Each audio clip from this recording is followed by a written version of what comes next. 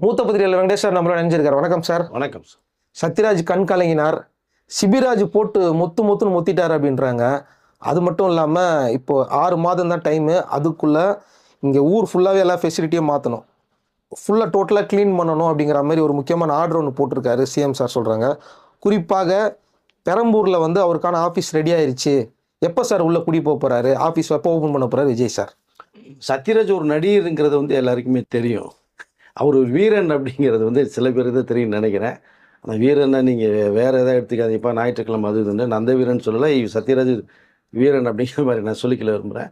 இப்போ என்னென்னா, இந்த பாகுபலி படம் வந்து கர்நாடகாவில் ரிலீஸ் ஆகிறதுக்காக டேட்டில் அனௌன்ஸ்மெண்ட் கொடுத்துட்டாங்க. ஆனால் இந்த பாகுபலி படத்தை வந்து கர்நாடக மக்கள் வந்து ரிலீஸ் பண்ணக்கூடாதுன்னு மிகப்பெரிய ஒரு எதிர்ப்பு குரல் ஒன்று கொடுத்தாங்க. அவனுக்கு படம் எப்படி ரிலீஸ் ஆகுது பார்த்துருவான். உடனே தயாரிப்பாளர் செய்தி போகுது. உடனே சத்யராஜ் அவர்களுக்கு உடனே ஃபோன் கால். ஏப்பா சத்யராஜ், என்னப்பா நம்ம படத்தை வந்து கன்னட ரிலீஸ் பண்ண விட மாட்டேன்றாங்க, எனக்கு பல கோடி நஷ்டமாக வரும், என்ன காரணம், என்ன விஷயம், எனக்கு அதெல்லாம் தெரியாத படம் ரிலீஸ் ஆகணும், இந்த பிரச்சனை ஒன்றால் வருது, நீ முடிவு பண்ணிக்கின்ற மாதிரி தவிர சத்யராஜ் ஒரு ஷாக்காரு. ஆஹா, இது அப்படியே அமுகி போகுன்னு பார்த்தோம்னா பூதாகரமாக கிளப்பிட்டாங்களே, இது எப்போலாம் இந்த பிரச்சனை வருங்கிறது அவருக்கு தெரியும். டக்குனு சந்தர்ப்பம் எதிர்பார்த்தாங்க, அந்த பிரச்சனை கிளப்பிட்டாங்க. பட் எதிர்ப்பு குரல் மிகப்படுது, படம் ரிலீஸ் ஆகாது அப்படிங்கிறது. இப்போ ஒரு வழியே இல்லை சத்யராஜ் அவர்களுக்கு. அப்போது தயாரிப்பாளர் இந்த மாதிரி ஒரு கண்டிஷன் பண்ணணும்னா அவர் என்ன ஒரே ஒரு முடிவு பண்ணுறாரு,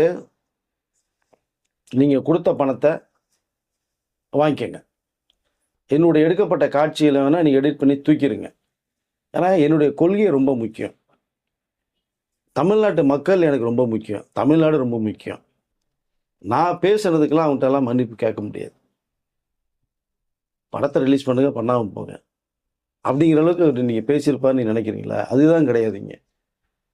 இந்த 23ஆம் புலிகேசி படத்தில் வடிவேல் ஒரு சீன் போருக்கு போது தாமுகாவில் டபான்னு விழுந்துட்டு இருக்கும்போது ஒரு விஷயம் டைலாக் சொல்லுவாங்க, அப்பா அவன் விழுந்துட்டாப்பா, பொய் தலையை விட்டுருங்கப்பா அப்படின்னு போகிறது மாதிரி சத்யராஜ் அவர்கள் வந்து இதெல்லாம் எதிர்பார்ப்பார், பேசுவார், இல்லாமல் டக்குன்னு ஒரே ஒரு விஷயத்தான் பண்ணார். ஒரு வீடியோ இருக்குது, வீடியோவில் ரொம்ப அவர் பேசுகிறாரு, நான் வந்து ஒரு இதாக ஒரு விஷயத்தை நான் பேசிட்டேன், அது பெரிய விஷயமா நீங்கள் எடுத்துக்காதீங்க, அது அதோடு இருக்கட்டும் அப்படின்னு பேசி அவருடைய மன்னிப்பை பயங்கரமாக கேட்டார். அது இப்போ வரைக்கும் நீங்கள் பார்த்தீங்கன்னா தெரியும். அப்போது இவருடைய கொள்கை என்ன, இந்த வீரனுங்கிறதுக்கு என்ன, அவர் எடுத்துக்கிட்டது என்ன, பேசுனது என்னங்கிற விஷயம் ஒரு விஷயக்காக பேசினார். பட் அங்கே எதிர்ப்பு குரல் கொடுத்தோன்னா இவருடைய சுயநலத்துக்காக தபார்னு வந்து விழுந்துட்டு ஒரு மன்னிப்பு கடிதத்தை கொடுத்து, அது பணம்ங்கிறது ஒரு விஷயம் ஒன்று இருக்குது. ஏன்னா அவர் இப்போ வந்து இப்போ பிடிச்ச ஒன்றால் பெரிய நஷ்டமாச்சு. ஏன்னா கர்நாடகாவில் வந்து ஒரு 15 கோடி ரூபா இல்லை, 15 கோடி கேட்டால் என்ன பண்ணுவீங்க நீங்கள், அது கொடுத்து தான் ஆகணும். அப்போ ஒரு விஷயத்தை சொல்லிட்டோம்னா எல்லாமே சேஃப் ஆகிக்கலாம்னு சொல்லி ஒரு மிகப்பெரிய ஒரு மன்னிப்பை கேட்டார். அதுதான் வீரன் வந்து சொன்னது காரணமே அதுதான். இதை அப்போது தமிழ்நாட்டு மக்கள் பெருசு இல்லை, அவர் பேசுகிறது பெருசு இல்லை, அதனுடைய கொள்கை பெருசு இல்லை, பணம் மட்டுமே முக்கியங்கிற அந்த ஒரு கண்ணோட்டத்தை தான் நான் பேசுகிறேன். இப்போ நிறைய பேசின விஷயங்களுக்கான இந்த விஷயத்தை நான் சொல்ல வந்து நினைத்தேன். நீங்கள் இது ஒரு பக்கம் போகுது, இன்னொரு பக்கம் பார்த்தீங்கன்னா மிகப்பெரிய ஒரு போராட்டத்தை வந்து நம்ம இயக்குனர் மணிவண்ணன் அவர்கள்லாம் அவரோட ரொம்ப ஃபிட்டு, அவரெல்லாம் சேர்ந்து ஒரு போராட்டம் பண்ணுறது மாதிரி ஒரு விஷயம் வேறு அடுத்து போகிறாங்க. அப்போ ஆட்சி வேறு. இந்த போராட்டத்தில் எடுக்கும்போது இவருடைய இதுனா காவல்துறைக்கெல்லாம் தகவல் போய் உள்ளே வர்றது மாதிரி சூழல் வரும்போது திடீர்னு ஆள் எஸ்கேப். நம்ம ஒரு போராட்டத்தில் கலந்துட்டு அதில் வந்து ஏதோ வந்து காவல்துறை ஆக்ஷன் எடுத்துட்டா என்ன பண்ணுறதுன்னு சொல்லி அந்த போராட்டத்துலேருந்து விலகி போனோம். இவரை நம்பி உட்காந்தவங்களாம் பெரிய சிக்கலில் மாட்டாங்க. இல்லை வீரன்னா எப்படி இருக்கணுங்கிறதுக்கு எடுத்துனாமல் இந்த போராட்டத்தில் எஸ்கேப் ஆகி போன ஒரு விஷயம் ஒன்று இருக்குது. இன்னொரு முக்கியமான ஒன்று சொல்லிக்கல ஒரு மாதிரி, இந்த ஈமுக்கோலின்னு ஒரு மேட்ரு ஒன்று இருக்குது. கோயம்புத்தூரில் கொங்கு மண்டலத்தில் மிகப்பெரிய விற்கப்பட்டு அதில் ரொம்ப ஈடுபாடு கொண்டவர்கள் வந்து அந்த ப்ரொமோட் பண்ணுறதுக்கு எவ்வளோ பேரை வச்சு இந்த ஈமுக்கோலியுடைய அந்த ப்ரொடக்ஷன் வந்து நிறைய விஷயங்கள் எடுக்கிறாங்க. அந்த ஈமுக்கோலி மேட்டரில் சத்யராஜ் அவர்கள் வந்து அந்த விளம்பரத்தில் நடிக்கிறாங்க. ஈமுக்கோலி நீங்கள் வளர்த்து பண்ணிங்கன்னா நீங்கள் இவ்வளோ விஷயங்கள் வந்து உங்களுக்கு வந்து வரும், நடக்கும், பணம் கிடைக்கும், உங்களுக்கு பொருளாதாரம் வேறு மாதிரி போகும். ரெண்டாவது அந்த ஈமுக்கோளுடைய வந்து அதை எடுத்து பண்ணால் எவ்வளோ வந்து லட்சக்கணக்கான வருமானம் வருங்கிற மாதிரிலாம் நிறையா விஷயங்கள் பண்ணுறாங்க. சத்யராஜ் கொங்கு மண்டலத்தை சேர்ந்தவர், கொங்கு மண்டல மக்கள் வந்து அதை நம்புகிறாங்க. ஏன்னா ஒரு அட்வர்டைஸ்மெண்ட் கொடுத்து பண்ணும்போது பார்த்தீங்க அப்படின்னா அதை மக்கள் நம்புவாங்க. அது இன்ன வரைக்குமே நிறைய பிரச்சனைகள் போயிட்டுருக்கு நிறைய நடிகர்களுக்கு, அதை விளம்பரப்படுத்துகிறார். அப்புறம் இந்த ஈமுக்கோலியில் எவ்வளோ ப்ராப்ளம் வந்ததுங்கிறது விஷயம் தெரிஞ்சதுக்கு பிறகு இவர் என்ன பண்ணுறதுன்னு தெரியாமல் ஆஃப் ஆகிறார். இது சம்மந்தமாக தான் அதில் வந்து நிறைய விவசாய குடும்பத்தை சேர்ந்தவங்க ரொம்ப ஏழ்மையானவர்களாக வட்டிக்கு கடனை வாங்கி இந்த ஈமுக்கோலியில் பல ஆயிரக்கணக்கான ரூபாய் முதலீடு பண்ணாங்க, பல லட்சங்கள் முதலீடு பண்ணாங்க. எல்லாமே அம்போ. கடைசியில் அவர் சொல்றதுன்னா, சத்யராஜ் நீங்கள் சொன்னீங்கன்னா நாங்கள் கடனை வாங்கி வட்டி வாங்கி லட்சங்களை செலவு பண்ணி பண்ணோம் அப்படிங்கிற விஷயத்த அவங்க கையில் எடுக்கிறாங்க. இது நிறைய ஒரு பிரச்சனையாகி அதுக்கப்புறம் அந்த ப்ரொமோட்டரை அதை அரெஸ்ட் பண்ண விஷயங்கள்லாம் உங்களுக்கு தெரியாத. இவர் இந்த சந்தர்ப்ப விஷயத்தில் ட்ராவல் பண்ணி கொண்டு போகிற மாதிரி இருக்கும்போது, இது ஏன் நான் சொல்ல வரேன்னா, ஜனநாயகன் படத்தில் விஜய் அவர்கள் பண்ணும்போது அந்த டைரக்டர் எச் வினோத் வந்து அவருடைய ஃபர்ஸ்ட் படமான சதுரங்க வேட்டை நட்டி ஹீரோ. நிறைய ஸ்கேம் சம்மந்தப்பட்ட விஷயங்கள் தான் படமே பண்ணியிருப்பார். மக்கள் எப்படி ஏமாறுறாங்க, மக்களை ஏமாத்துறது யார் அப்படிங்கிறத ஹைலைட்டாக பண்ணியிருப்பார். ஃபஸ்ட்டு படமே சக்கப்போடு படித்தவங்களுக்கு அதை. பட் அதனுடைய விளைவாய் அந்த ஈமக்கோழி மெட்ரோ அதில் வந்து பயங்கர ஸ்கேமை சொல்ல வர்றார். அப்போ அது வந்து சத்யராஜ் மேலே திரும்புது. அப்போ ஒரு ஸ்கேம் நடக்குது அப்படின்னா, ஒரு பிரபலமான ஒருத்தர் வந்து ஆட் கொடுத்து மக்களை ஏமாத்துறாங்கன்னா, அந்த படம் வந்து சக்கப்போடு படித்தவங்களுக்கு அதை சதுரங்க வேட்டை. அதெல்லாம் அந்த ரைஸ் புல்லிங் மெட்டரில் வேறு பண்ணியிருப்பாங்க உங்களுக்கு அதை. இப்போ வினோத்துக்கும் சத்யராஜுக்கும் அங்கே ஒரு சின்ன ப்ராப்ளம் இருக்குது. நமக்கு ஏற்கனவே மறைஞ்சு போன ஒரு விஷயத்தை வந்து இவர் வெளி உலகத்துக்கு கொண்டு வந்து ஃபோக்கஸ் பண்ணிட்டாரு அப்படிங்கிற அந்த ஒரு தாட்ஸ் இதை. அப்போ பணம் பணம் பணம்னு சொல்லிட்டு அந்த ஒரு மேட்ருக்குள்ள தான் இந்த ஈமக்கோழி விளம்பரத்தில் நடித்தது காரணமே ஒன்று இதை. இது தவிர ஒரு வீரன்னு சொன்னேன், போராட்டத்தில் கலந்துட்டு ஓடி போனதை சொன்னோம், நம்ம அதை எஸ்கேப் ஆனது. சத்யராஜ் அவர்கள் வந்து ஒரு நடிகன் அப்படிங்கிறத தவிர்த்து ஒரு மகா நடிகன் தான் அதை நான் சொல்ல நினைக்கிறேன். ஏன்னா மகாநடிகர் படத்தில் நடித்தார் வேறு. இப்போது ஒரு 3 நாளைக்கு முன்னாடி வந்து நடந்த ஒரு மேட்டில் வந்து அவர் மைக்கை பிடிச்சிக்கிட்டு அழுத ஒரு விஷயத்தை நம்ம பார்த்துருப்போம். அது உண்மையிலேயே அவர் அதை ஃபீல் பண்ணி அழுதாரா அப்படின்னா இல்லை, ஒரு நடிகராக தான் என்னுடைய பார்வைக்கு தெரிஞ்சது அதை. ஸோ மகா நடிகனாக என்னன்னு காரணம் கேட்டால், மக்கள் அதை ஓட்டு போட்டவர்களை பற்றி நிறைய அவர் பேசுனது, சாபவிட்டதெல்லாம் நீங்கள் பார்த்துருப்பீங்க. அப்போது இங்கே எதற்காக வந்து இப்போது எந்த கட்சியிலுமே இல்லைன்னு அவர் சொல்லிட்டு இப்போ ஒரு கட்சியில் இருக்குங்கிற விஷயத்த சொல்லிட்டார். ஆனால் நீங்கள் அந்த கட்சியில் வந்து இந்த லியோனி மாதிரி அவர்களுக்கெல்லாம் ஆட்சி வந்தது பிறகு நிறைய பதவிகள் கொடுக்கப்பட்ட ஒரு விஷயம் ஒன்று இருந்தது. அது மாதிரி தன்னுடைய பொண்ணுக்கும் திவ்யா சத்யராஜ் அவர்களுக்கும் ஏதாவது ஒரு பதவி கிடைக்கும்னு ஆசைப்பட்டாங்க. பட் இங்கே வெற்றிங்கிறது பெறாதனால அது ஒரு பெரிய மைனஸாக போச்சு. இப்போவும் ஏதாவது ஒன்று கிடைக்கின்ற ஒரு நம்பிக்கை நடிப்பில், ஏன்னா ஒரு ஸ்டெப் எடுத்தாச்சு, அதன் பிறகு தான் போகணும்னு சொல்லி இன்றைக்கி வந்து அவர் நிறைய விஷயங்கள் பேசுகிறத பார்க்கும்போது, பிரச்சாரன்ற பேர் வந்து முன்னாடி ஒன்று பண்ணீங்க, பின்னாடி இப்போ ஒன்று பண்ணிகிட்ருக்கீங்க.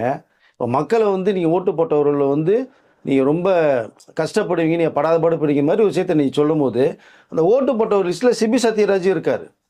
இப்போ சிபி சத்யராஜையும் நீங்கள் வந்து அதை சாப விடுறது மாதிரி தான் இருக்குது. இப்போ இதை இப்போ நீங்கள் ஓட்டுங்கிறது வந்து நீங்கள் வெளியில் போய் கேட்குறது ஒரு பக்கம், ஆனால் நீங்கள் உங்கள் அந்த ஓட்டை நீங்கள் வீட்டிலேருந்து ஆரம்பிச்சாலும் சிறப்பாக இருக்கும். உங்கள் வீட்டிலே ஓட்டு எதிர்போட்டு விழுந்திருக்கு, கிட்டத்தட்ட ஏகப்பட்ட ஓட்டு விழுந்திருக்கு. இதுக்கு ஒரு சின்ன எக்ஸாம்பிள் எடுத்துட்டோம்னா, வைகோ அவர்கள் வீட்டிலே பார்த்தீங்கன்னா விஜய் அவர்கள் தான் அத்தனை ஓட்டுமே விழுந்திருக்கு. அவரே வேற சொல்கிறார், உங்கள் வீட்டிலேருந்து ஒரு ஓட்டை ஆரம்பிக்கிறத விட்டுட்டு ஊரில் போய் நீங்கள் ஓட்டை பிரித்து இப்படி தான் ஒன்று அப்படி தான் ஒன்று சாபம் ஓட்டு போட்டோம் போய் சாபம் வருங்கிறது வந்து அது வந்து ஏற்றுக்கொள்ளவே முடியல. நீங்கள் வந்து இவ்வளோ போனீங்க. சிபி சத்யராஜ் என்ன பண்ணார், இன்ஸ்டாவில் ஒரே ஒரு பதிவு போட்டார்.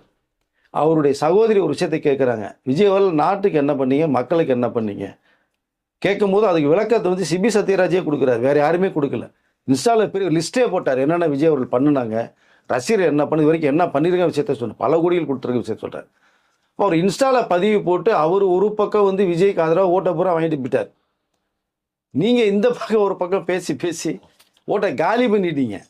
நீங்கள் பேச தான் இங்கே விஜய் அவர்களுக்கு ஓட்டு அந்த வங்கி அதிகமாக போகிறதுக்கு காரணமே அதுதான். முதல்ல நீங்கள் வீட்டிலேருந்து அந்த ஓட்டுகளை வாங்குறதுக்கு முயற்சி பண்ணணும் இனிமேலாவது. இப்போ இதுக்கு அடுத்து எனக்கு வந்து இதுக்கு முன்னாடி ஒரு ஞாபகம் எனக்கு வருது. எனக்கு அமைதிப்படைன்னு ஒரு படம் பண்ணார். அந்த படம் யாருக்காக, யாரை இன்ஸ்பிரேஸ் பண்ணி ஒரு படம் பண்ணுங்கிறது எல்லாருக்குமே தெரியும், நீங்கள் பார்த்தீங்கன்னா தெரியும். அப்போது மணிவண்ணன் அவர்கள் சத்யராஜ் அவர்கள் தான் உட்காந்து கதை எழுதுகிறாங்க. 2 பேரும் தான், இவர் டைரக்ட் பண்ண அவர் ஓகே பார் பண்ண இவர் ஓகே பார், 2 பேருமே ஈக்குவல் ஸ்ட்ரென்த் உள்ள 50-50 தான் ஷேர் பண்ணாங்க. பட் அமைதிப்படம் எதுக்காக அந்த சமயத்தில் உருவானது, நிறைய நடிகர்கள்ட்ட போய் வந்து சரியாக பண்ண மாட்டாங்க, கேட்க மாட்டாங்க. ஆனால் இங்கே சத்யராஜ் பண்ணுவார், இதை சத்யராஜ் பண்ணால் சிறப்பாக இருக்கும் அப்படிங்கும்போது நீங்கள் அதை ஒத்துக்கிட்டு தான் பண்ணார் அமைதிப்படையை. இப்போ கூட படம் இருக்கு, நீங்கள் பார்த்தா தெரியும். அப்போ அதோட இந்த அல்வா கொடுத்தது யாருக்கு, அதில் பேசுகிற டைலாக் யாரை வச்சு எழுதுறது, யாரை தாக்கி எடுக்கப்பட்ட படம் அமைதி படங்கிறது உங்களுக்கு தெரியும், அந்த ஓட்டுப்பட்ட மக்களுக்கும் தெரியும். இப்போ கூட பார்த்தீங்கன்னா ரீரிலீஸ் பண்ணுறாங்க அந்த படத்தை சமீபத்தில். அதில் உட்காந்து கூட சத்யராஜ் அவர்கள் பேசின விஷயங்கள் இருக்கு. நீங்கள் அதை விஜய் அவர்கள் வந்து டபுள் ஆக்ஷனில் ஒரு படம் பண்ணுறாங்க. அதில் ஒரு கேரக்டர் வந்து வில்லன் கேரக்டரு. அப்போ முக்கியமான வந்து ரிப்போர்ட்டர்ஸ் எல்லாம் கேட்கும்போது கூட பார்த்தா விஜய் அவர்கள் சொல்கிறது என்னென்னா, எனக்கு வில்லன் கேரக்டர்லேயே அமைதி படை சத்யராஜ் அவர்கள் பண்ணது ரொம்ப பிடிக்கும். எனக்கு அது ரொம்ப நாள் அந்த மாதிரி கேரக்டர் பண்ண ஆசைப்பட்டேன். கரெக்டாக கதை சிக்கிச்சு நான் பண்ணுறேன். இது நான் பண்ணுறதுக்கு காரணமே வந்து சத்யராஜருடைய அந்த மாடுலேஷன் பிடிச்சது எனக்கு அப்படின்னு சொல்கிறாரு. இதுக்கப்புறம் பார்த்தீங்கன்னா சத்யராஜுக்கு முன்னாடியே பார்த்தீங்கன்னா அவரோட ரொம்ப குறைவான வயசில் பேத்தி மாதிரி இருக்கிற வயசுலாம் நிறைய ஹீரோங்களோட படம் பண்ணார். படம் எல்லாமே ஃப்ளாப் ஆச்சு. மிகப்பெரிய ஒரு கேப்பு. ஷூட்டிங் எல்லாமே வீட்டில் இருக்க படமே இல்லாமல் இருக்கார். இப்போ விஜய் அவர்கள் இந்த ஒரு மேட்ரை சொல்ல போய் தான் எல்லார் பாரும் சத்யராஜ் பக்கம் திரும்பி சத்யராஜ் பிஸி ஆகுறாரு. நிறைய படங்கள் கமிட் ஆகுறாரு. அதுக்கப்புறம் பார்த்தீங்கன்னா விஜய் அவர்களுடைய ஒரு 3 படம் பண்ணுறாரு. நண்பா படம் பண்ணுறாரு, தலைவா பண்ணுறாரு, மெர்சல் பண்ணுறாரு. 3 படமே ஹிட்டு. பட் இந்த அமைதிப்படை ரிலீஸ் அப்போ நீங்கள் வந்து நான் சும்மா இருந்தப்போ வந்து விஜய் அவர்கள் சொன்னதனுடைய விளைவாக தான் எனக்கு படமே நிறைய வந்தது அப்படிங்கிறத வந்து சத்யராஜ் அவர்களே சொல்கிறாங்க. அதுவே இருக்குது. நீங்கள் அப்படி ஒரு விமர்சனம் நீங்கள் பண்ணுறீங்க.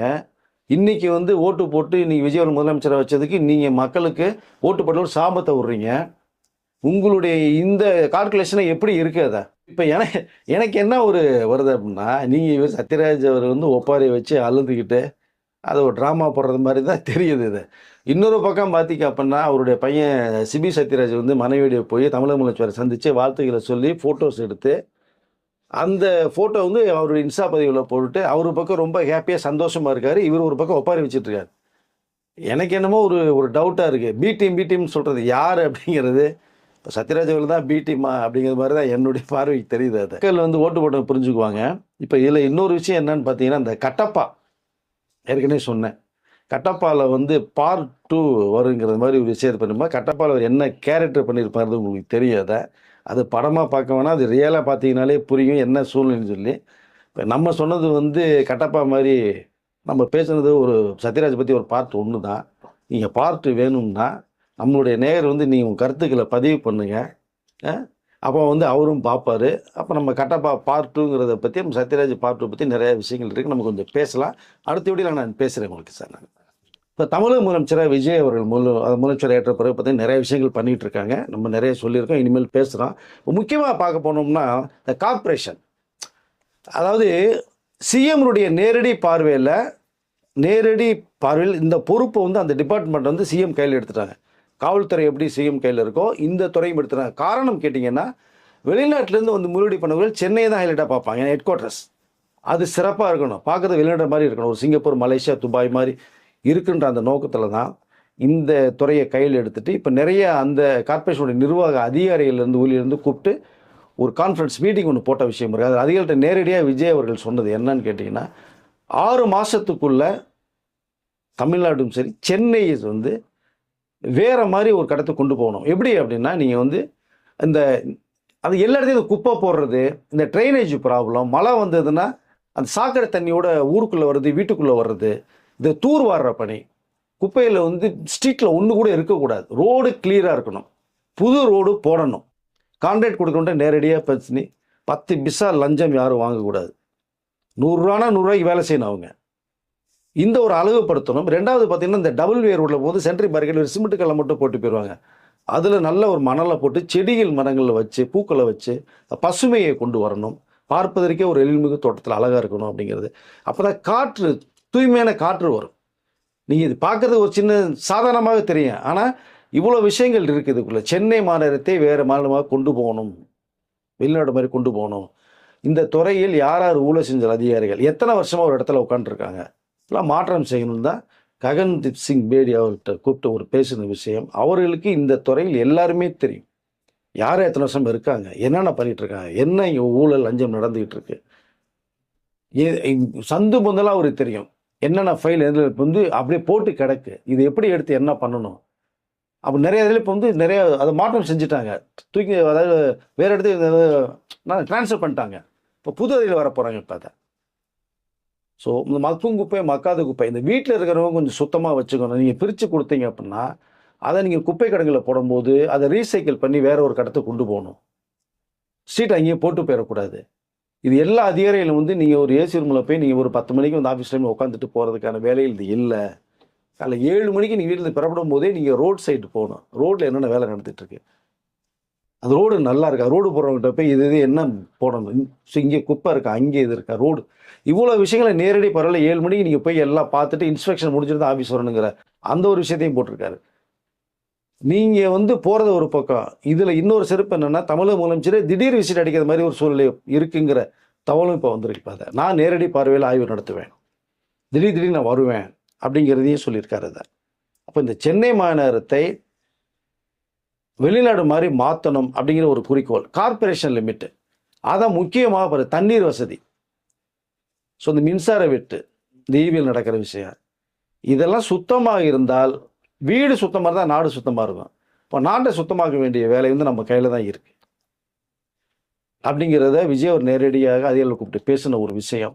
இது வந்து செயல்பட்டு 6 மாதத்துக்குள்ளே நீங்கள் இப்போ இருக்கிற சென்னையே இதுலேருந்து என்றைக்கு 6 மாதத்துக்குள்ளே வேறு மாதிரி இருக்கும். இப்போது தமிழக முதலமைச்சருடைய இந்த சட்டமன்ற அதாவது ஆஃபீஸ் ஒன்று அலுவலகம் இருக்குது உங்களுக்கு, எம்எல்ஏ ஆஃபீஸ் ஒன்று தான், அது பெரம்பூரில் வந்து இப்போது அதனுடைய இந்த ரெனோவேஷன் ஃபுல்லாக பண்ணிகிட்ருக்காத. ஒவ்வொரு தொகுதிக்கும் சட்டமன்ற அலுவலகம் இருக்கு. இப்போ ஆக்சுவலாக இவர் தமிழ்நாடு முதலமைச்சர் கூட பெரம்பூர் தொகுதிக்கு மாதத்துக்கு ஒரு தடவை போகிறேன்னு சொல்லியிருக்காரு. அவர் தான் அந்த வேலைகள் அவர் தகுந்தது மாதிரி இந்த ரூம் செட்டப்பு, அதை விசிட்டர்ஸ் வந்தாங்கன்னா எங்கே உட்கார்றது போகிறது, ஏன்னா இவர் மாதத்துக்கு ஒரு தான் போய் உட்கார போகிறார். இப்போ அது இன்னொரு 10 நாள் அந்த வேலை முடிய போகுது. இப்போ அந்த தொகுதி மக்களே ரொம்ப பரபரப்பாக வந்து முதலமைச்சர் கூடிய இடம் அப்படின்னு சொல்லி அதை சுற்றி வர ஆரம்பிச்சிட்டாங்க. இப்போ நிறைய பேர் அதை டூரிஸ்ட் பிளேஸ் மாதிரி ஆகிப்போச்சு. இப்போ பெரம்பலூர் இப்போவே போக ஆரம்பிச்சிட்டாங்க. இப்போ விஜய் அவர்களுக்கு போய் இங்கே உட்காரும்போது வாரத்துக்கு ஒரு முறையோ மாதத்துக்கு ஒரு முறை உட்காரும்போது எப்படி இருக்கும்ல, அங்கே மக்கள் சந்திப்பேரை பார்க்க போகிறாரு. கட்சியினுடைய நிர்வாகம் கட்சியினுடைய சம்மந்தப்பட்டவர்கள் வர்றது ஃபுல்லாக அதை பனையூரில் வச்சுக்கிறாங்க. இங்கே பெரம்பூரில் இந்த பெரம்பூர் தொகுதி மக்கள் மட்டுமே அவர் சந்திக்கிறாரு. ரெண்டாவதாக பார்த்தீங்கன்னா அவர் ஆஃபீஸில் போய் மட்டும் உட்கார மாதிரி எண்ணம் இல்லை. அந்த அலுவலகத்துக்கு போய் மக்கள் குரலை கேட்டுட்டு நேரடியாக பார்த்துட்டு ஒவ்வொரு தெருவிலையுமே பெரம்பூர் ஒவ்வொரு ஏரியாவுக்குமே போகிறது மாதிரியான ஒரு சூழ்நிலை உருவாக்க தான் ஒரு சார்ட் ரெடி பண்ண சொல்லியிருக்காங்க. நான் எல்லா இடத்துக்கும் போகணும், பெரம்பூரில் அத்தனை பேர் வேணால். பெரம்பூரில் பார்த்தீங்கன்னா வியாசார்பாடி பக்கத்தில் சர்மா நகரில் தான் ஆஃபீஸோட வேலை நடந்திருக்கு. அங்கே தான் விஜய் அவர்களுடைய அலுவலகம் திறக்க போகுது. இந்த பெரம்பூர்லேயும் இதுலேயும் மழை காலம் வந்ததுன்னா தண்ணி நின்றும். அது வியாசார்பாடிலாம் தண்ணியே போல இடங்களுக்கு. இப்போ அதெல்லாம் சீரமைக்கணும்னு சொல்லிட்டார். உடனடியாக அந்த மழை காலத்துக்கு முன்னாடி எல்லாமே பண்ணணும். ஏன்னா இதுக்கு முன்னாடி பெரம்பூரில் வந்து வெள்ளம் நிற்கும் போது பார்த்தீங்கன்னா விஜய் அவருடைய ரசிகர் மன்றமாக நற்பணி மன்றம் இருக்கும்போது வந்து அவர்கள் எவ்வளோ உதவிகள் அந்த வெள்ள சமயத்தில் 3-4 நாட்கள் வந்து உதவி பண்ண விஷயம், நிறைய சாப்பாடு பால் வாங்கிட்டது, இந்த பசங்களை ஸ்கூலுக்கு கூட்டு போகும்போது கொண்டு போன விஷயங்கள்லாம் இவ்வளோ நிறையா பண்ணிகிட்டு இருக்காங்க. இப்போ இந்த அலுவலகம் வந்ததுக்கு பிறகு பெரம்பூரே பார்த்தீங்கன்னா ஒரு குட்டி சிங்கப்பூர் மாதிரி மாற்றணும் அப்படிங்கிறது மாதிரி ஒரு தாட்டில் அவருடைய வேலைகள் போயிட்டுருக்கு. இதில் ரெண்டாவது பார்த்தீங்கன்னா இந்த டிஸ்டன்ஸ் ஒன்று ஏற்கனவே சொல்லியிருந்த ஒரு வீடியோவில் வேறு நீலாங்கர்லேருந்து ஒரு 17 கிலோமீட்டர் வர்றதுக்கு அந்த டைம் எடுக்குதுன்னு இவர் 9:55க்கே இந்த டிஃபன் கீரோட வந்துடுறாருங்க. இப்போ இங்கே தலைமைச் செயலர் அலுவலகத்துக்கு நான் ஒரு விஷயமா போயிருக்கும்போது கேட்டால் 11 மணிக்கு 12 மணிக்கு தான் வருவாங்க, 4 மணிக்கு கழுத்து போட்டு 4 மணிக்கு போயிடுவாங்க. ஆஃபீஸில் யார் இருக்கான்னு தெரியாது, இந்த பெஞ்சில் யார் இருக்கா டிஸ்கில் இருக்கா என்றது தெரியாது. 4 மணி மேலே போயிடுறத பார்க்கும்போது இப்போ பார்த்தா 9:30 மணிக்கே எல்லா கிட்ட 5000க்கு மேற்பட்ட ஊழியர்கள் இருக்கா தலைமைச் செயலகத்தில். அத்தனை பேரும் வந்துடுறாங்க. அவன் அந்த 5:30 மணிக்கு டியூட்டி முடிச்சோன்னே தான் வெளில போகிறாங்க. பட் அதனால் இவர் இந்த 9:50க்குள்ளே வந்துடுறதுனால இதுக்குள்ள ஒரு சின்ன விஷயத்துக்குள்ளே இந்த சினிமாக்குள்ளே போயிட்டு வரலான்னு பார்க்குறேன். விஜய் அவர்கள் வந்து ஹீரோ பண்ணிட்டு இருக்கு பார்த்தோம்னா வாரிசு படத்தினுடைய ஒரு ப்ரொமோஷனில் வந்து பேசும்போது வீட்டுக்கு கணேசன் சொல்லியிருப்பாங்க. இந்த பீஸ்ட் படம் ஷூட்டிங் அப்போ நெல்சன் அவர்கள் சொன்னது பார்த்தா 7:30 மணிக்கெலாம் வந்துருங்கப்பா, நீங்கள் விஜய் அவர்கள் வந்து 9 மணிக்கு வர சொல்லிடுறீங்க, அதுக்கு முன்னாடி உங்களுக்கு வேண்டிய சீன்ஸ்லாம் எடுத்துருவேன், அவர் வந்தோன்னு அவர் ஷார்ட் போகணும் அப்படின்ட்டு. பட் 40 நாள் ஷூட்டிங்கில் இருந்தேன் நான். 40 நாளும் வந்து விஜய் அவர்கள் வந்து ஒரு தடவை பீட் பண்ணணும்னு பார்த்தா என்னால் முடியவே இல்லை. எங்களுக்கு ஒரு அரை மணி நேரத்துக்கு முன்னாடி அவர் வந்து உட்காந்துடுறாரு, மேக்கப் போட்டு ரெடியாக உட்காந்துருப்பாரு, டைரக்டர் கூப்பிட்டு நான் போகணும்னு சொல்லி. அப்போ இந்த சரியான நேரத்துக்கு வரணும், தயாரிப்பாளருக்கு நஷ்டம் வரக்கூடாது, ஒரு இயக்குனர் கஷ்டம் வரக்கூடாதுன்னு ஷூட்டிங் அப்போவே பண்ணவர். இப்போ தமிழருடைய பொறுப்பு முதலமைச்சர் இருக்கும்போது எப்படி இருக்குன்னு நினைப்பேன். ஆனால் ஒரு 9:50, 55க்கெலாம் வந்துடுறாரு டிஃபன் கேரியரோட. அப்போ நம்ம முன்னாடி ஒன்று தலைமையில் எல்லா பேருமே வந்த அந்த ஒரு விஷயத்தை நம்ம பார்க்குறோம். அதனால் என்னென்னா இப்போ சீக்கிரமே வர்றதுக்காக வந்து போயஸ் கார்டனில் ஒரு வீடு ஆல்ரெடி நம்ம வர்றது மாதிரி ஒரு தகவல் சொல்லியிருந்தோம். இப்போ அந்த வேலைகளும் போயிட்டு இருக்கிறதா எனக்கு ஒரு செய்தி வருது. இப்போது பாய்ஸ் கார்டனில் வந்தோம்னா அது வந்து யார் யார் இருந்த இடம்ங்கிறது உங்களுக்கு தெரியும். இப்போ முதலமைச்சராக வந்ததுக்கு பிறகு அங்கேருந்து ஈஸியாக சட்டசபைக்கு போகிறதுக்கு வாய்ப்புகள் இருக்கிறதுனால அங்கே ஒரு வேலை நடந்துகிட்டு இருக்கு. இந்த பக்கம் சட்டசபை அலுவலகம் ஒரு பக்கம். இங்கே எனக்கு தெரிஞ்சு இன்னொரு ஞாபகத்தையும் சொல்லிக்கலாம்னு விரும்புகிறேன். நான் தமிழகத்தின் முதலமைச்சராக மக்கள் எம்ஜிஆர் அவர்கள் இருக்கும்போது பார்த்தீங்கன்னா ராமாபுரத்துலேருந்து இங்கே போகிறதுக்கு ரொம்ப டிஸ்டன்ஸ் ஆகுது, ரொம்ப தூரம்னு சொல்லிட்டு டீனரில் வந்து ஆர்காட் ஸ்ட்ரீட் ஒன்று இருக்குது. நீங்கள் இப்போவும் இருக்குது. எம்ஜிஆருடைய நினைவு இல்லமாக அதை மாற்ற வச்சுட்டு அவருடைய யூஸ் பண்ண கார்லாம் இருக்குது. 427 கார்லாம். அவருடைய போட்ட கண்ணாடி, ட்ரெஸ் எல்லாமே இப்போ டூரிஸ்ட் பிளேஸ் நீங்கள் போய் பார்க்கலாம். அந்த அலுவலகத்துக்கு வந்து அவர் வந்து ஃபைல் பார்க்குறதுக்கு இங்கே வருவாங்க. லிஃப்ட்டு ஒன்று இருக்குது. அங்கே தான் செல்வி ஜெயலலிதா அவர்கள் வந்து கட்சியில் வர்றதுக்கு முன்னாடி அவர்கள் அங்கே அலுவலகத்துக்கு வருவாங்க. அந்த அரசியல் அனுபவம் அங்கே தான் அவர்களுக்கு வந்து வந்ததே. இப்போ அங்கே வந்து கவர்மெண்ட் ஆஃபீஸோட ஃபைலெல்லாம் பார்த்துட்டு நேற்று சட்டசபைக்கு அந்த கூட்டத்துக்கு போகணும்னு நினச்சவர் எம்ஜிஆர் அவர்கள். அதுக்காக இங்கே ஒரு அலுவலகம் திறக்கப்பட்டது. அது மாதிரி தான் இப்போ விஜய் அவர்களும் பார்த்தோம்னா இங்கே பாய்ஸ் கார்டனில் ஒரு வீடு வச்சிட்டோம்னா பக்கமாக இருக்கும். பெரம்பூர் தொகுதி மக்கள் இது. கட்சி நிர்வாகம் சந்திக்கிறது மட்டும்தான் பனையூர். ரெண்டாவது அந்த நீலாங்கிறது நம்ம போய் தங்குறதுக்கு மட்டும்தான் அந்த வீடு. பட்டினப்பாக்கத்தில் ஒரு ஆஃபீஸ் இருக்குது. நீங்கள் பார்த்தீங்கன்னா ஒரு ஃப்ளோரே எடுத்திருக்காங்க. அதில் முக்கியமான தலைவர்கள் வந்தால் போனாங்கன்னா அங்கே ஒரு சந்திப்பு. இப்போ 4 விதமாக பிரிச்சிட்டார் அவர். எல்லாத்தையுமே ஈஸியாக போகணும், நம்ம கரெக்டாக இருந்தால் தான் ஊழியர்கள் கரெக்டாக இருப்பான்னு சொல்லி அவருடைய செயல்பாடு. இப்போ அவரே சொன்ன விஷயம் தான், எனக்கு எந்த வேலையும் இல்லை, நான் சும்மா தான் இருக்கேன், உங்களுக்கு சேவை செய்கிறது தான் நான் இருக்கேன்னு சொல்லிட்டு அவருடைய வேலைப்பாடு போயிட்டுருக்கு. இப்போ இந்த பெரம்பூர் தொகுதி அதனுடைய சட்டமன்றத்தினுடைய அந்த திறப்பு விழாவும் ஒரு மிக பிரம்மாண்டமான ஒரு விழாவாக பண்ணுறதுக்காக டிவிகே தொண்டர்கள் ரெடி ஆகிட்டு இருக்காங்க. கட்சி நிர்வாகிகள் போயிட்டுருக்காங்க.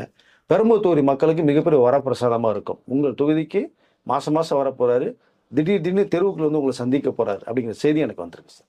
Okay sir. ஏற்கனவே முதல்வர் வந்து பார்த்தீங்கன்னா நிறைய இடங்களுக்கு போகிறாரு. ஆனால் இவர் தான் சிஎம் தெரியாத அளவுக்கு வந்து ஒரு அடிக்கடி போகிறாரு, நிறைய இடங்களுக்கு போயிட்டு வராரு அப்படிங்கிற மாதிரி ஒரு நியூஸ் வருது. அதுக்கப்புறமா தான் சில அதிரடி நடவடிக்கை எடுக்கன்னு சொல்கிறாங்க. இப்போ இந்த வீடியோவில் எல்லாரும் கட்டப்பா பார்ட் 1 பார்த்துருப்பீங்க. பார்ட் 2 வேணும்னா கீழே கமெண்ட் செக்ஷனில் போடுங்க, அதுவும் வரும். அடுத்த வீடியோவில் சந்திக்கலாம் சார். நன்றி சார்.